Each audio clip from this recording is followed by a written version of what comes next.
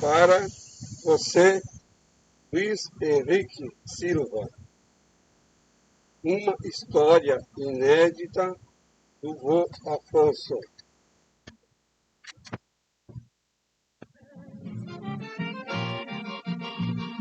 Zito Cruzaltense, aclimatado e amadurecido no Alto Uruguai. Filho de agricultor, estudei no distrito de Dr. Vicente Dutra até os 15 anos. O Dinartinho, meu padrinho, meu paizão.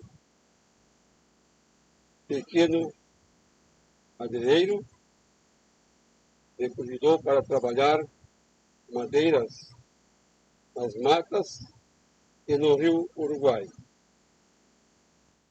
Tá vendo a enchente, Uruguai transbordou, vai dar serviço pra gente. Vou soltar minha balsa no rio, vou rever maravilhas que ninguém descobriu. Amanhã eu vou me embora para o rumo de Uruguaiana, vou levando na minha balsa cedro, angico e canjerana. E ao chegar no Salto Grande, me despeço deste mundo, rezo a Deus e São Miguel e solto a balsa lá no fundo. Chegar em São Borja, Dom Pula Santo Tomé, só pra ver na correntina e pra bailar um chamamé.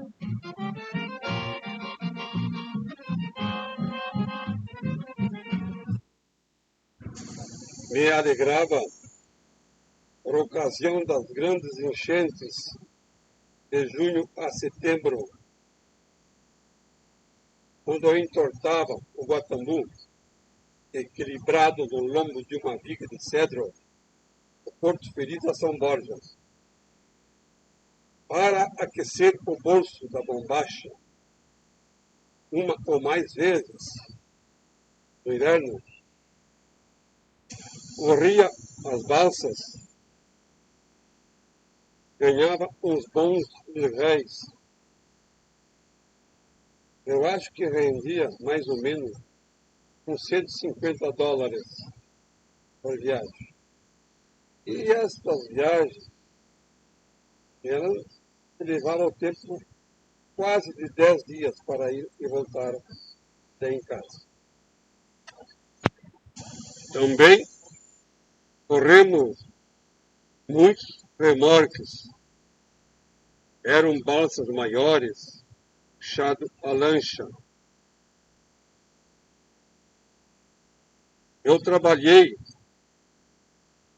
com algumas interrupções por motivos de outros trabalhos. Eu trabalhei nesse serviço como balseiro de fim dos anos 42 a julho de 52. Já no primeiro ano de trabalho, em 43, eu timoneava a lancha Floresta, que era do Dinartinho. E também esse ano eu já dirigia 2 caminhões reboque dele, puxando vigas. Era um Ford Modelo A e um Chevrolet SIC. Dinartinho mandou adaptar a gasogênio, gás cobre. E também mandou adaptar mais 2 caixas de troque, de mudança. Cada caminhão ficou com 2 caixas.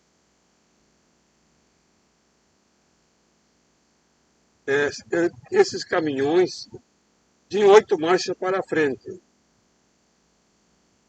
Era o tempo da guerra, o americano não nos dava gasolina, controlava o petróleo.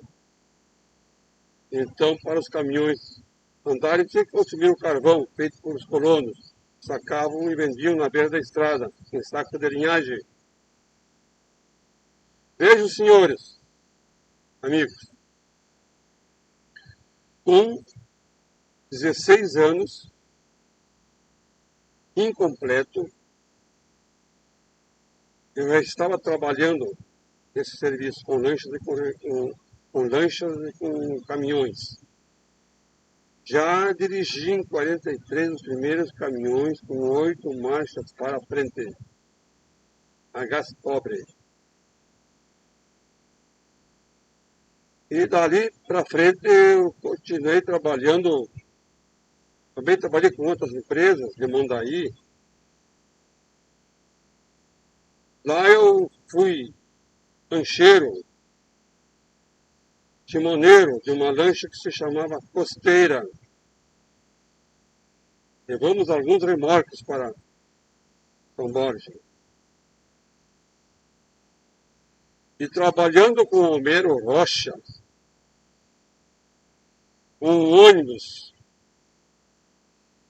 fazia a linha de Mondaí ao Barrilo, que se fale. Este Homero Rocha também tinha uma barca de travessia, junto com seu pai, no Porto Feliz, no Porto Mondaí e vice-versa. Também fui lancheiro, motorista e lancheiro do Homero Rocha. Senhores, esse sistema de travessia continua até hoje naquele porto.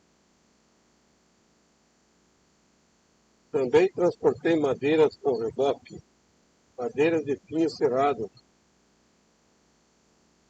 das serrarias de São Miguel do Oeste, para a planchada Porto Feliz. Madeireiros da região eram muitos, e a madeira de pinho predominava. Era muito madeira de pinho.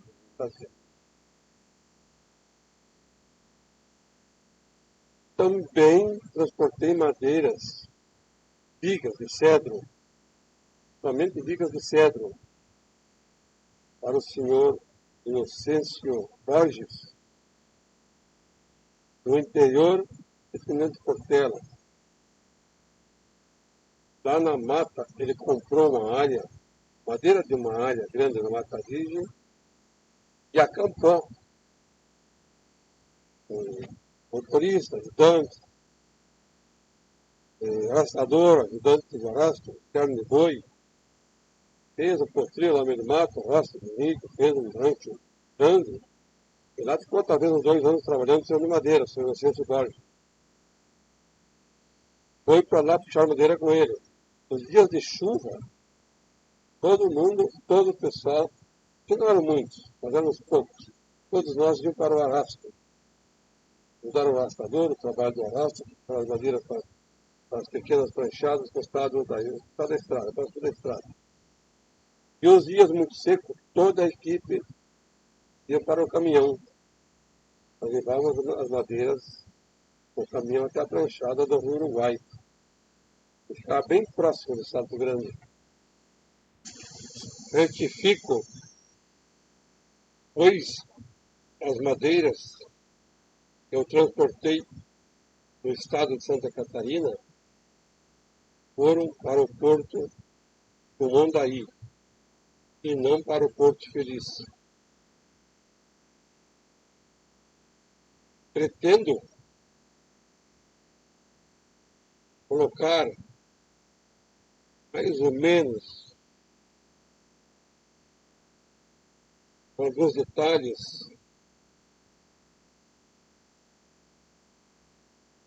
por trecho ou setores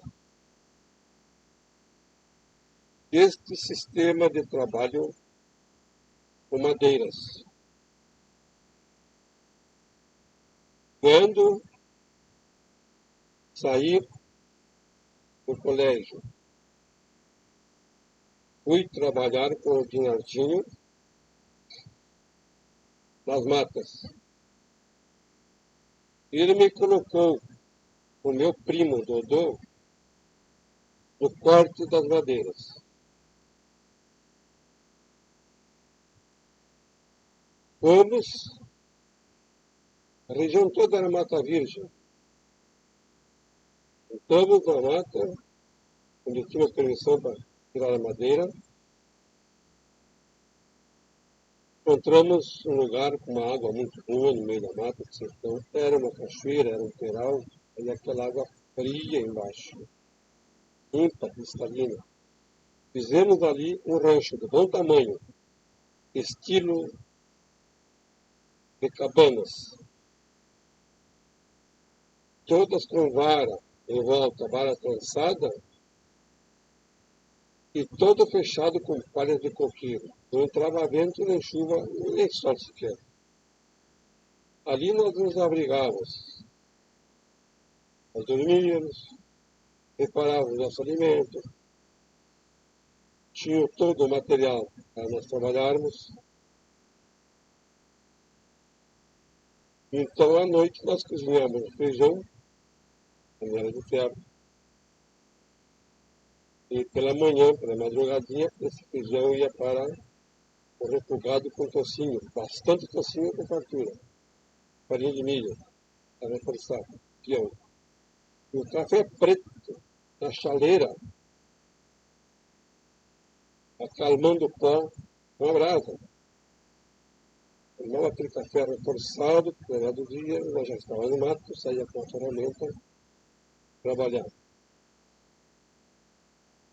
As vigas eram permitidas e exigidas dos compradores, até para os vendedores. Tinha que ser classificada. Nós medíamos, o homem de pé medíamos 9 palmos de circunferência. E ela tinha que ter no mínimo 6 metros aproveitáveis de comprimento. Era cortada toda a madeira derrubada na lua minguante, para não arunchar e não estrondar ou cair no chão. Nós começávamos a fazer um entalho, ele cortava de um lado e eu cortava do outro, com machado Colim, 4 libras. O meu eram 3 libras e meia. Eram os machados preferidos do Matusca. Em madeira dura, esse machado cantava e não se dobrava. Então começávamos em entalho, meio metro acima do chão, 2 lados, e iam cortando o sistema de cunha dentro da madeira e para baixo os machados quais se encontravam lá já entre as raízes, para descer para baixo do nível do chão. Era um aproveitamento total da madeira. A viga caía, nós descascávamos, um de cada lado descascávamos aquela viga, e era cortado na ponta. O limite do comprimento era o aproveitamento da madeira. Cortado na ponta, já bem chanfrada, que era para quando o arrasto pegar ela, bem chanfrada, fazia tocos de pedra e obstáculos. E nessa andada ali, cortaram a madeira e voltaram para o acampamento, 3, 4 horas da tarde, que nós voltávamos, o dia estava ganho. E daí vindo no mato, nós estávamos monteando já outras madeiras. Nós saímos para, de manhã, sabíamos que ia derrubar aquela madeira, aquela outra. Era mais ou menos 80% da madeira, era madeira de vigas de cedro. E os outros 20% mais ou menos tinham cabriúva, timbaúva, canjerana, guajuvira, rápia, douro, guatumbu, angico, cigueiro, marmeleiro e outros. Trabalhei 2, 3 semanas nesse serviço do Machado, onde nós tínhamos, começou a chover muito, muito, muito. E aí os ternos de boi começaram a arrastar, aproveitar piso molhado, terra molhada, o chão molhado para facilitar o arrasto. O time botou, ajudaram o arrastador, que estava só com um ajudante, foi mudar ele no arrasto.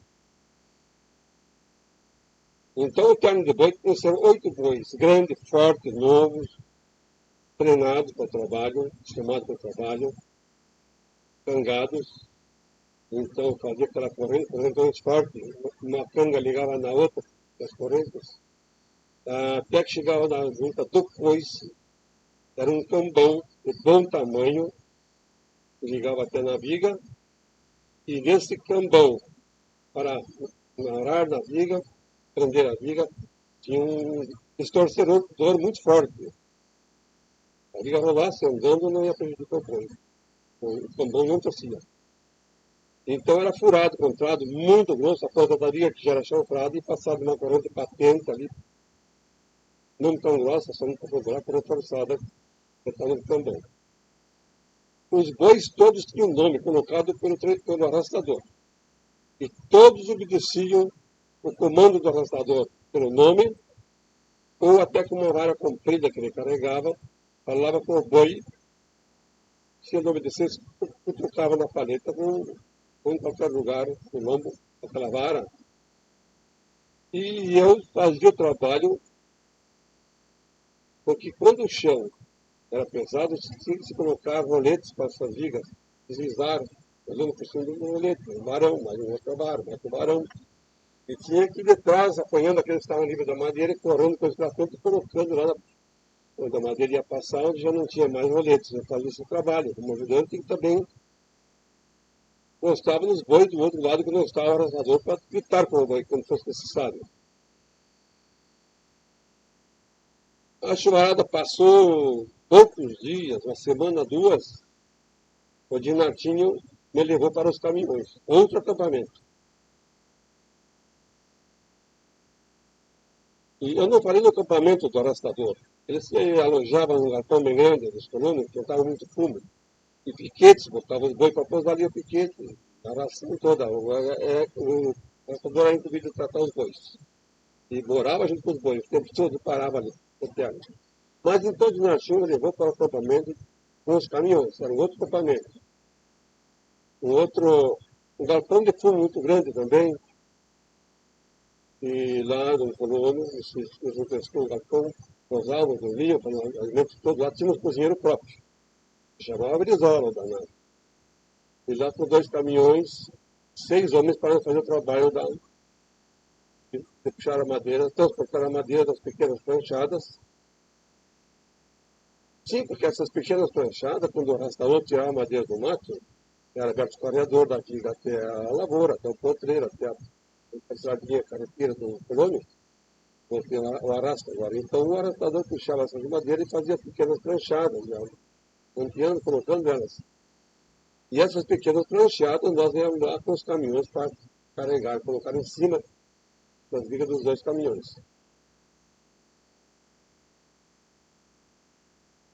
Nós víamos com os 2 caminhões, carregavam, puxavam para frente, carregavam o outro, daríamos com os 2 para a tranchada, na barra da Boa Esperança, era um arroio bem grande. Esse próprio arroio já tinha uns 100 metros, mais ou menos, e a água tinha bastante água. Mesmo em maior seca, essa água ali não secava. Então nós vimos, a pranchada não era na barranca do Uruguai, era na barranca do arroio da Boa Esperança, a barra. Ali nós províamos, já tínhamos diversos cartos de madeira, umas 100 e poucas madeiras, 100 madeiras, vigas já pronta ali, mesmo com o tempo sem ser a enchente. Cortavam os 2 caminhões, encostavam as pranchadas e carregavam, assim era o nosso trabalho. Quase 2 anos. Muita seca, a seca foi muito grande. E então, o Martinho me disse comigo que os caminhões, primeira semana tu está dirigindo, mas ele não me deu a direção da semana. Uma vez no fim da primeira ou da segunda semana, acontece, eu era que fazia o gás aos caminhões, fazia os caminhões pegar a manivela, quando estavam prontos para largar. Cada vez que estava parado um tempo carregando os caminhões, faltava o gás, eu tinha que fazer o gás. Caminhar para um, caminhar para outro. E aí carregávamos os caminhões de embora e íamos voltar. Carregando os caminhões, próximo, na pranchada não era a mesma, lá no interior, na roça. A pranchada devia ter uns 200 metros longe uma da outra.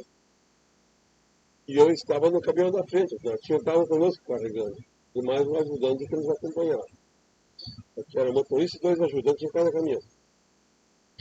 Quando tivemos arrochando aquela madeira, dando acabamento de serviço, arrochando alguns reboques, ele foi até outro caminhão atrás, ver como é que estava o serviço, também estava arrochando, aprontando. Assim que eu fiz o gás, desliguei o motor, eu me deu aquela sensação, aquela vontade de arrancar o caminhão. Primeira vez que dirigi. Uma lombazinha de 50 metros, uma lombazinha bem leve. Então, esquentei bem, deu ponto do gás, coloquei a primeira, coloquei a segunda na outra caixa e arranquei. O meu companheiro, também era meu companheiro, colega, era ajudante, eu não via fazer aquilo.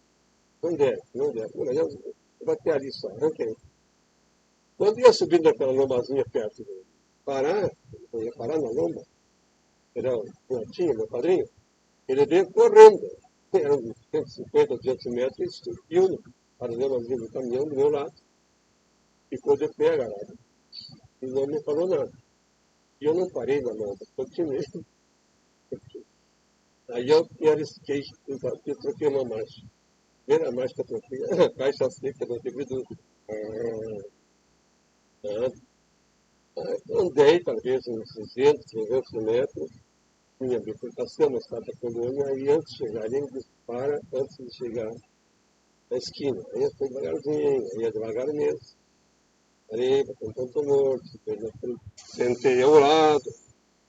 Aí o Dinatinho assumiu o volante do reboque. E então daí,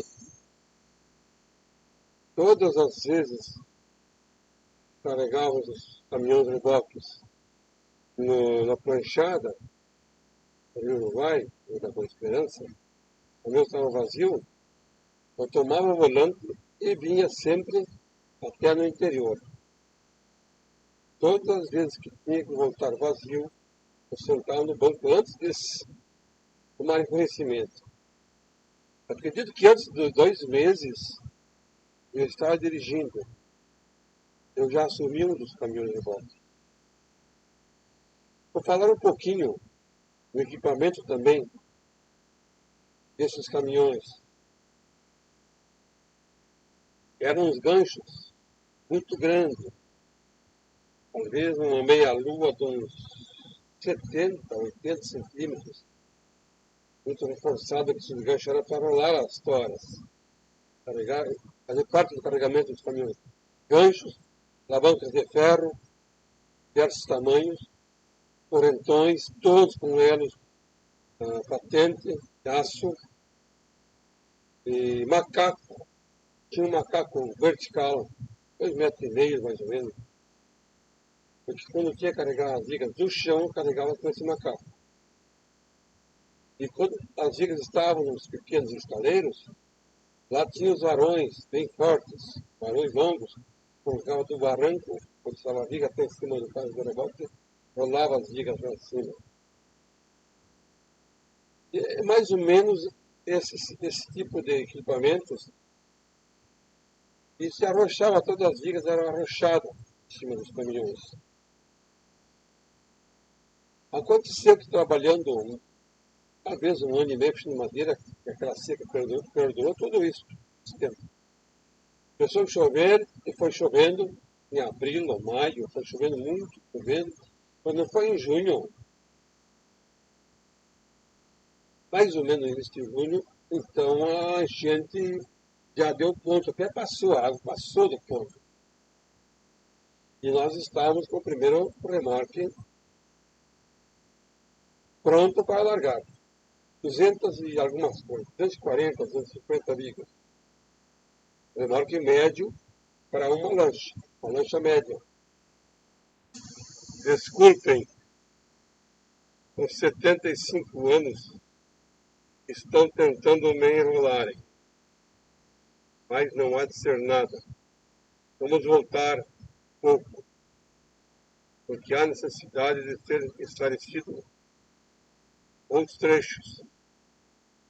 Um madeireiro da região, Antônio Luciano, vendeu para os castelhanos 650 vigas. O Antônio Luciano negociou com o Dinartinho. Desconheço ou não lembro percentuais de valores do contrato deles. Eu só posso afirmar que o Dinartinho assumiu o negócio, comandando e orientando todo, 100%, aquele tipo de trabalho, com 100% de peões da região. E cada colono, proprietário de colônias, recebeu por viga 100 mil réis naquela época. Então, eu quero também colocar detalhes como foi amarrada toda aquela madeira no embalsamento. Os peões tiraram das matas pipós, guaimbês e a madeira para fazer as latas, remos, molinetes, para que este material se mantesse resistente. Eram tiradas, tanto todo esse material das matas, nas vésperas da enchente. Quero dar detalhes do cipó guaimbê. Uma folhagem, estilo da costela de Adão. Deve ser da família da costela de Adão, porém selvagem. Essa folhagem, como a figueira do mato, essa folhagem se enraizava nas forcas das árvores mais antigas, algumas centenárias, ficando na altura de 6, 8, 11 metros de altura no chão, a folhagem. Ela dava uma fruta que nós tratávamos de banana guaimbê ou banana de bugre. Era muito boa aquela banana. Suculenta, alimentava, e quase todo o pássaro da mata comia aquela banana. E a semente era bem miudinha, muito miudinha. Então os pássaros, de árvore em árvore, nas fezes que os pássaros soltavam nas portas das árvores, ali se enraizava, criava uma toça de guaimbê. E não morria mais. A árvore dava 100 anos, o guaimbê também. Enraizava naquela forca, soltava muitas raízes, além das que estavam enraizadas ali, para fora, sempre perfilhando as raízes, descendo pelo costado da madeira. E esse cipó levava uns anos para ir até o chão. Cada vez engrossava mais e mais fortalecido ficava, porque a casca sempre ia engrossando. Quando chegava ao chão, se enraizava, mas enraizava mesmo, que não se conseguia arrancar. E o matusco colhia esses cipós guaimbês com foicinhas na ponta de taquaras bem compridas. Aquelas mesmas foicinhas que um camponês colhe as folhas dos coqueiros, as melhores cascas. Alguns colonos faziam sovéus para colocar os bois no tronco ou no pasto. Latas e remos deviam ter embaixo uma média de 25 centímetros de diâmetro. O comprimento dos remos tinha que ser no mínimo 25 palmos. E as latas com bitolas de 42 palmos. Esse material todo era transportado também pelos próprios reboques para as barrancas do Uruguai. Lá, no embalsamento, se colocava 2 latas em cada cárter. Estes eram formados até com 11 vigas presas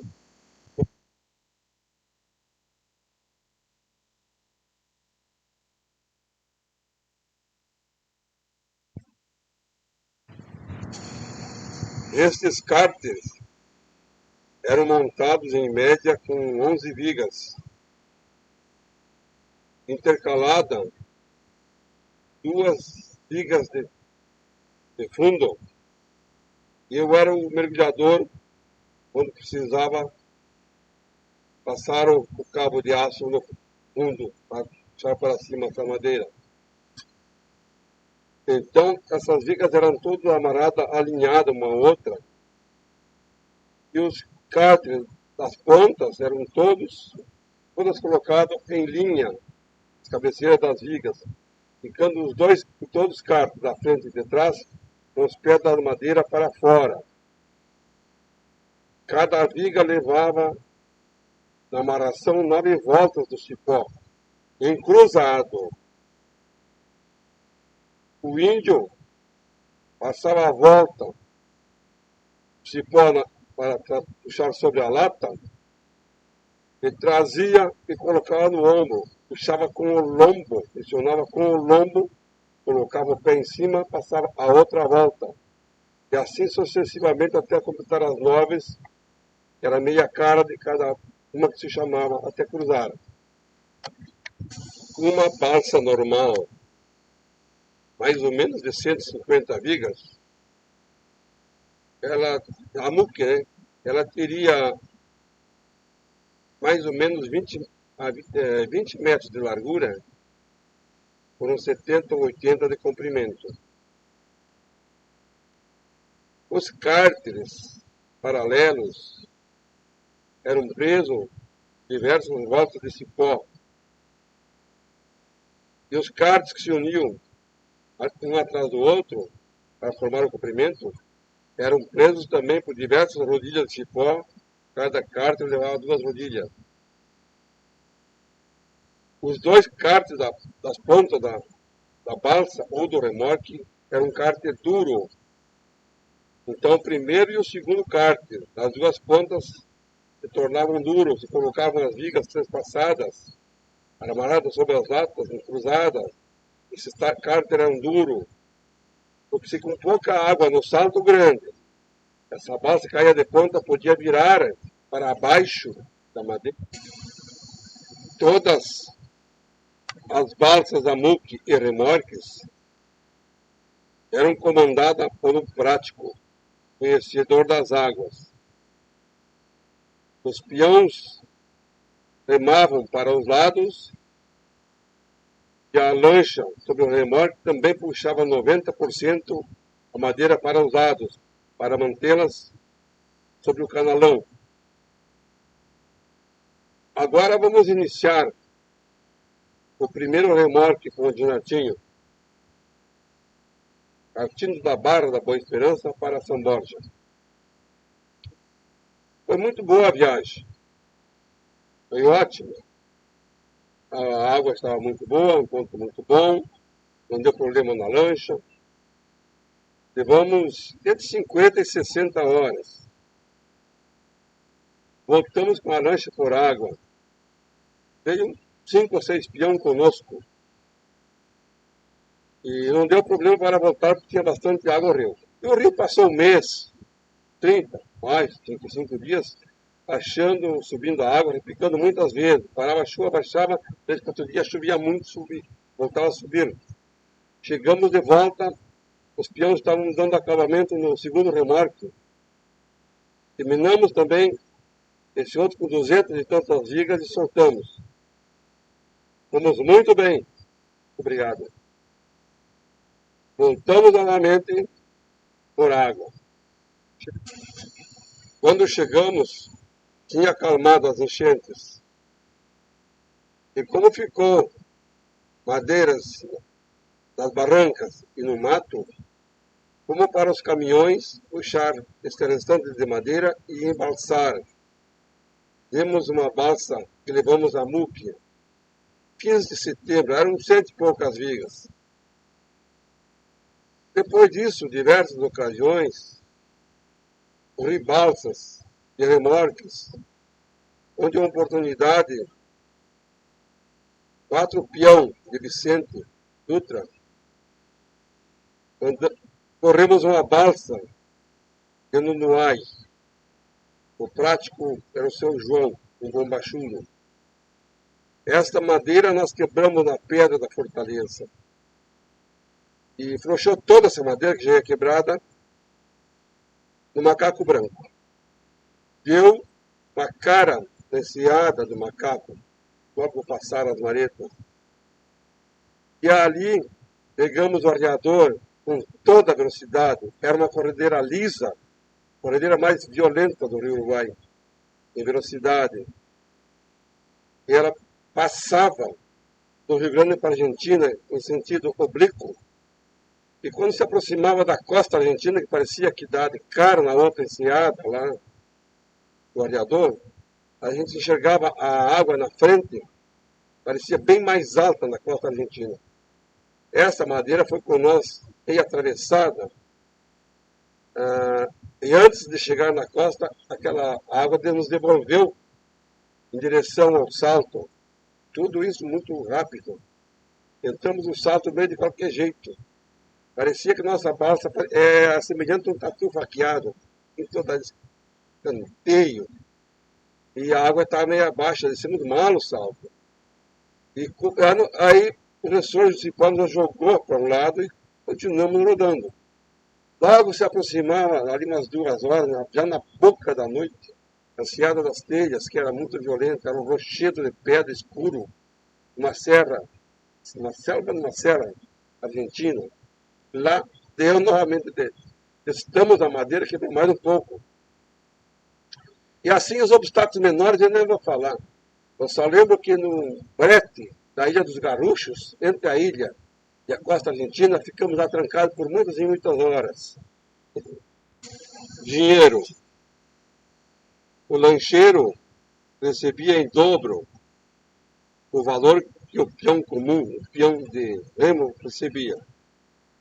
O prático também recebia em dobro o valor que o lancheiro recebia. Em algumas viagens tenebrosas, com muitos riscos de perder madeira, até a vida de um parceiro ou outro, também tínhamos viagens muito tranquilas, muito boas, práticos muito bons, com a água boa. Então, também acontecia momentos de alegria, quando nos aproximávamos da cancha das 9 voltas. Eram muitas horas de viagem, uma água muito calma, tranquila, não precisava trabalhar, muitos peões dormiam para descansar. Entre montanhas gaúchas e castelhanas, um peão mais animado sonhava com os braços a correntina e no lombo de uma viga de cedro ensaiava o chamamé. Lanchas do Alto Uruguai eram instaladas ou adaptadas motores de caminhão.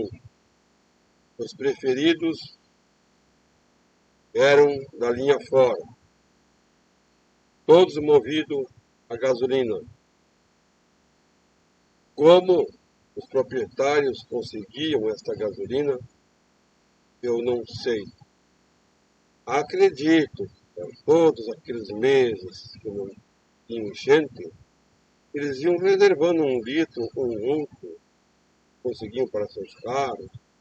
Então, eu não sei de que maneira eles tinham gasolina para a época das corridas de balsa. Então, eu estou lembrado que a maior lancha que eu conheci no Alto Uruguai era uma lancha de uns madeireiros do Iraí. Essa lancha era a mais potente, a maior. Ela tinha um motor Buick com 8 cilindros em linha. Ela era a lancha mais famosa.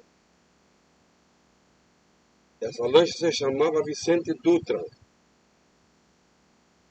Talvez porque, quando a emancipação de Iraí, o primeiro prefeito de 34 a 38, foi o Dr. Vicente Dutra. Então o costeiro, o balseiro, na época das enchentes, quando nós estávamos dando acabamento às balsas, a água estava subindo, ou já tinha ponto, quase pronta para soltar. Às vezes nós ouvíamos a alguns quilômetros o buicão segurando a seu remorque, que era o mais potente, sim, o maior, que ela era a mais potente lancha. Ele trazia alinhadito o seu remorque, das correntezas do analão. E aí nós ouvíamos de longe, nós reconhecíamos, pelo estampido do motor, porque eram todas com cano de descarga aberto e para cima. Então nós ouvimos o motor mais ou menos assim. O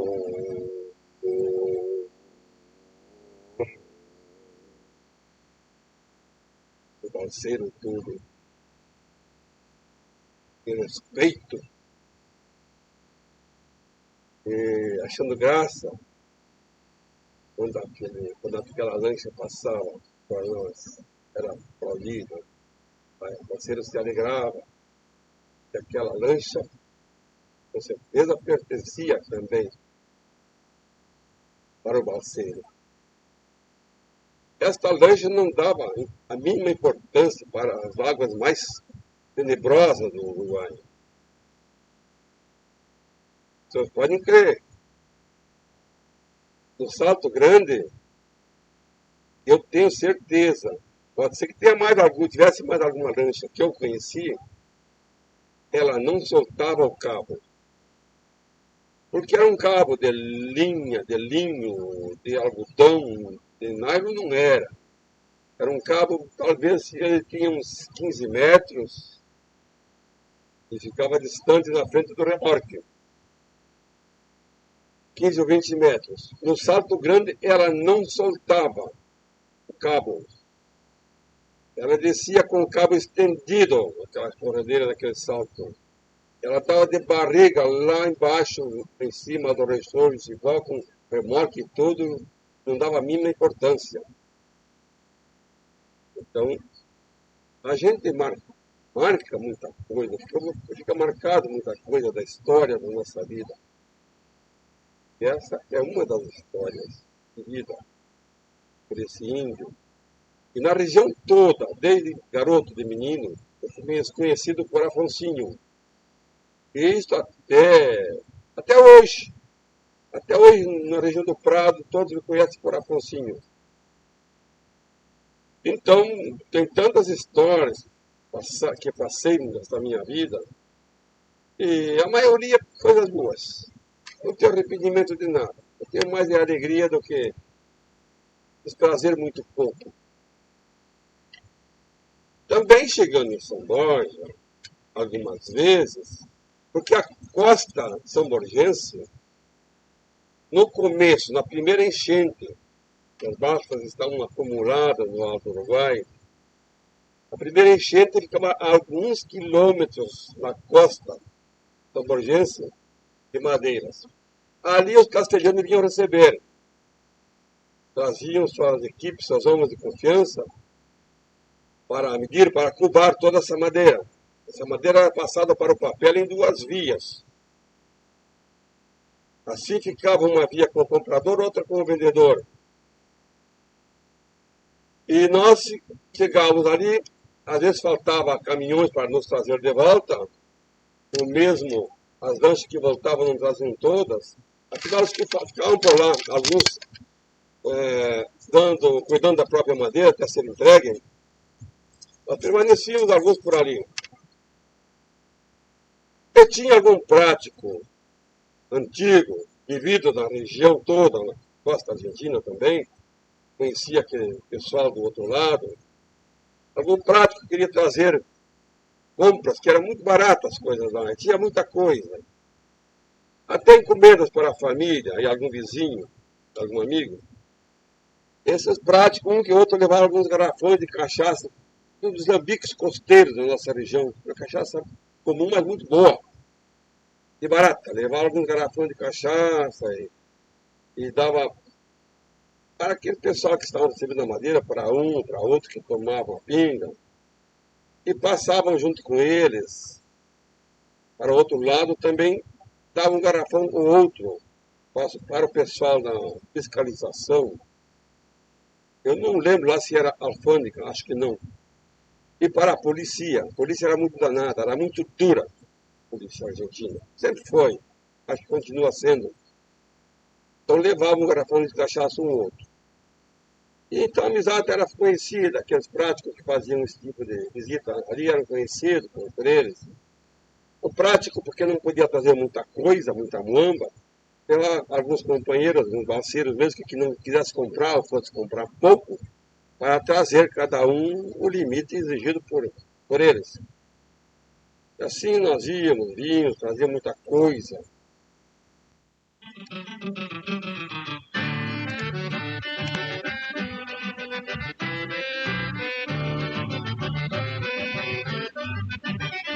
Neste compasso da gaita do Sapucai se arrastava alparagatas lá na costa do Uruguai.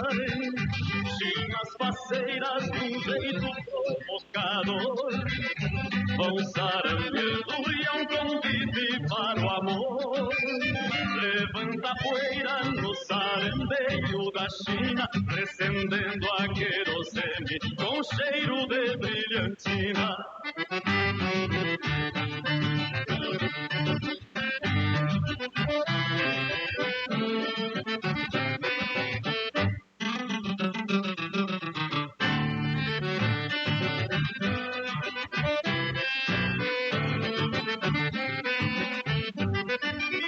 Neste compasso da gaita do Sapucai, o mandico se alegrava lá na costa do Uruguai. Até a guarda costeira se esqueceu do contrabando e o Sapucai chegava a tocar se babando. A gaita velha da baba do Sapucai chegou a apodrecer o fole neste paz que vai não vai.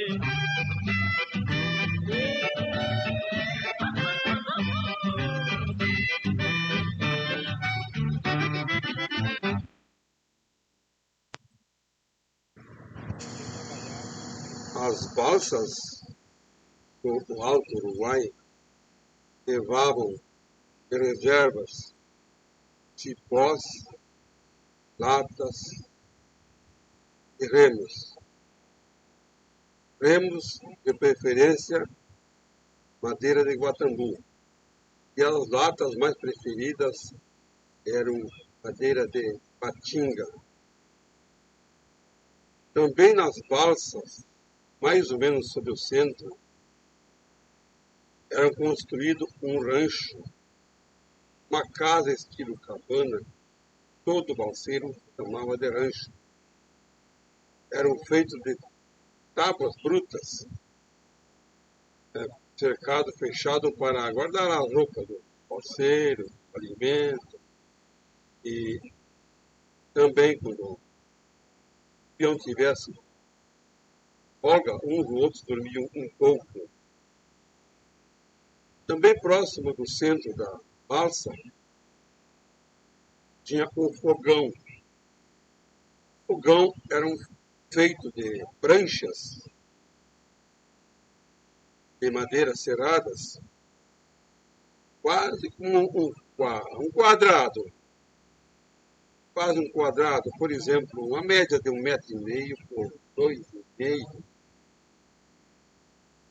E nessa caixa de costaneiras eram colocados terra dentro, próximo de 30 centímetros de terra, para fazer o fogo, né? Esse chão e não queimar a prancha, a madeira.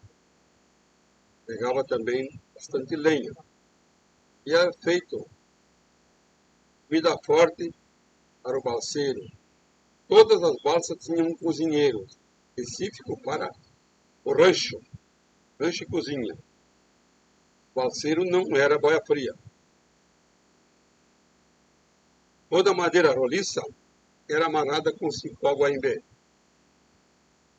E toda a madeira serrada, que naquela época só dava madeira serrada, só tinha em Santa Catarina, que era o pinho e peroba.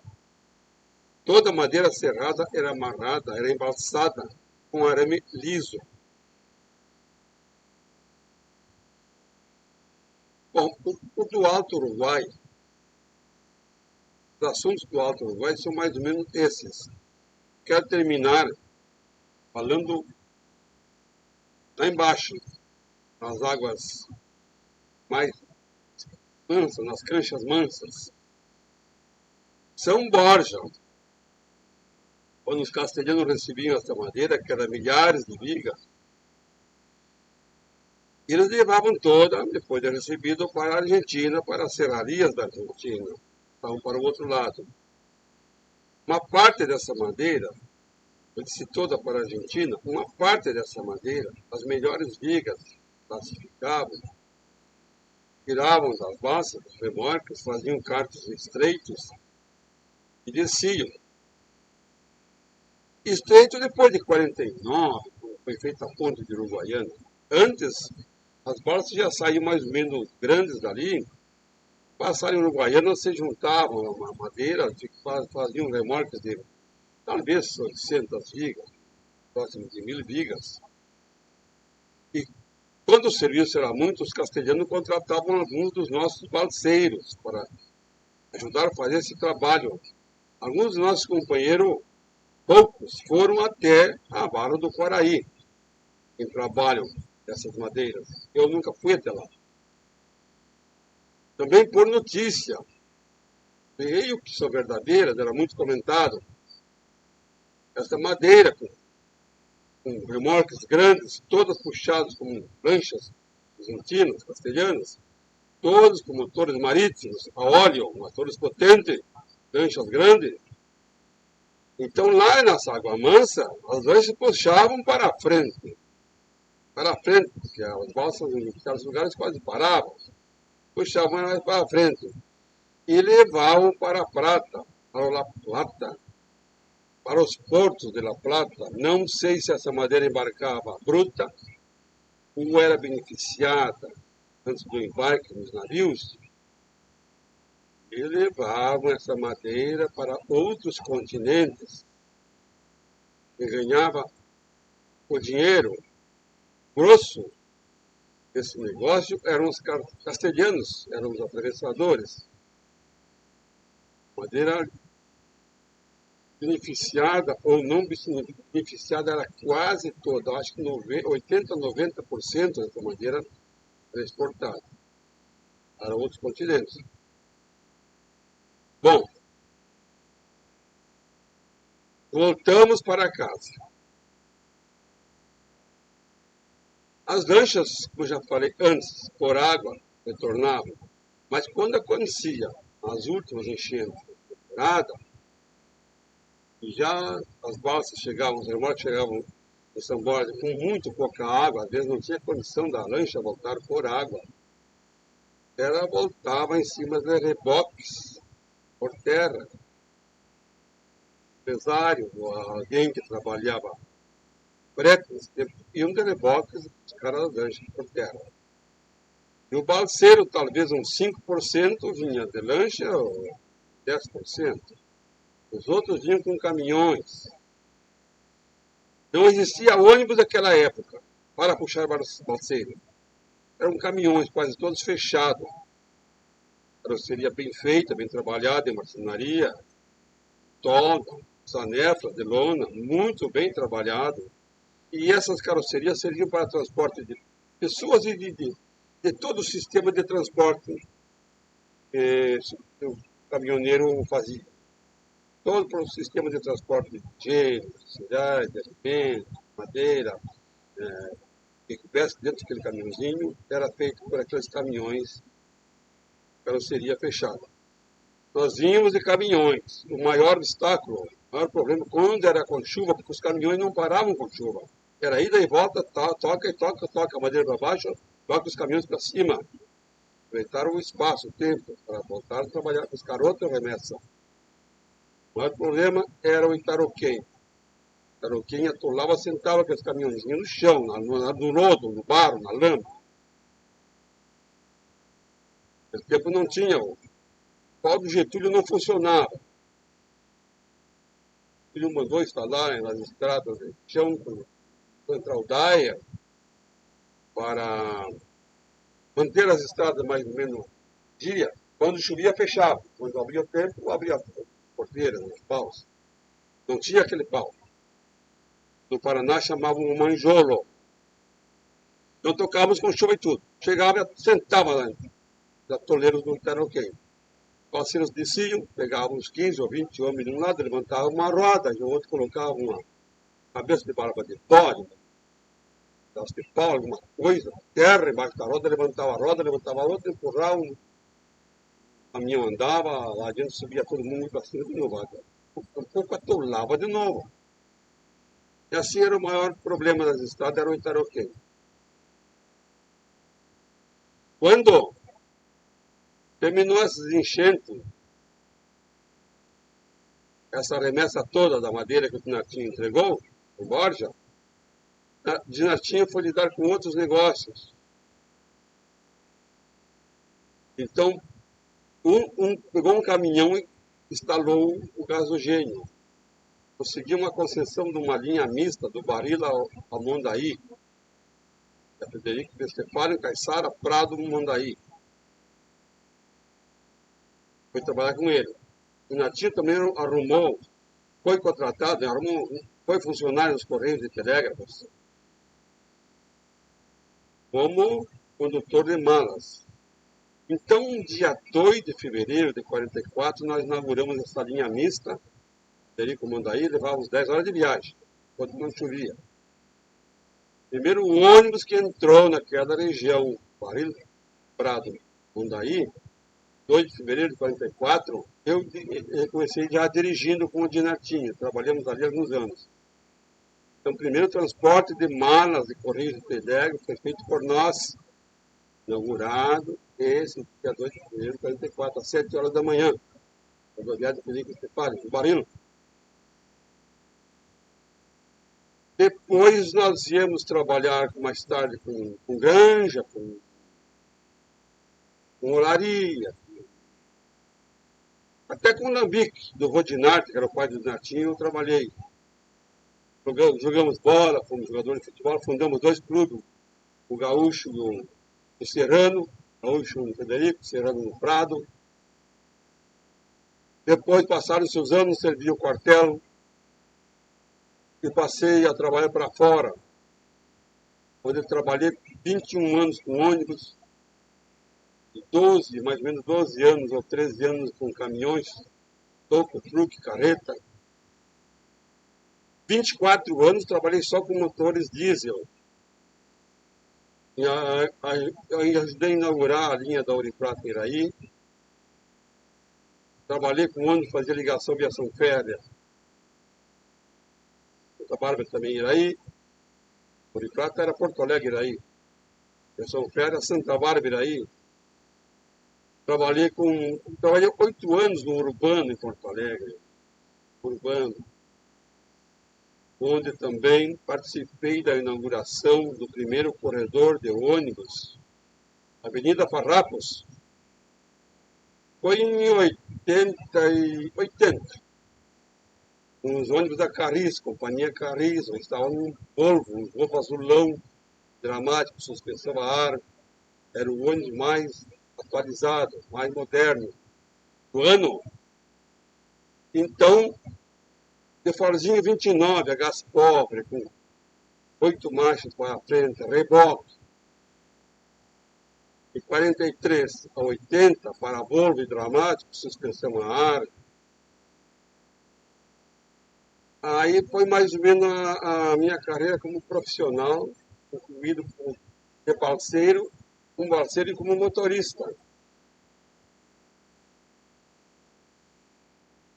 Foram depois, a própria companhia Carris me deu problema de vistas,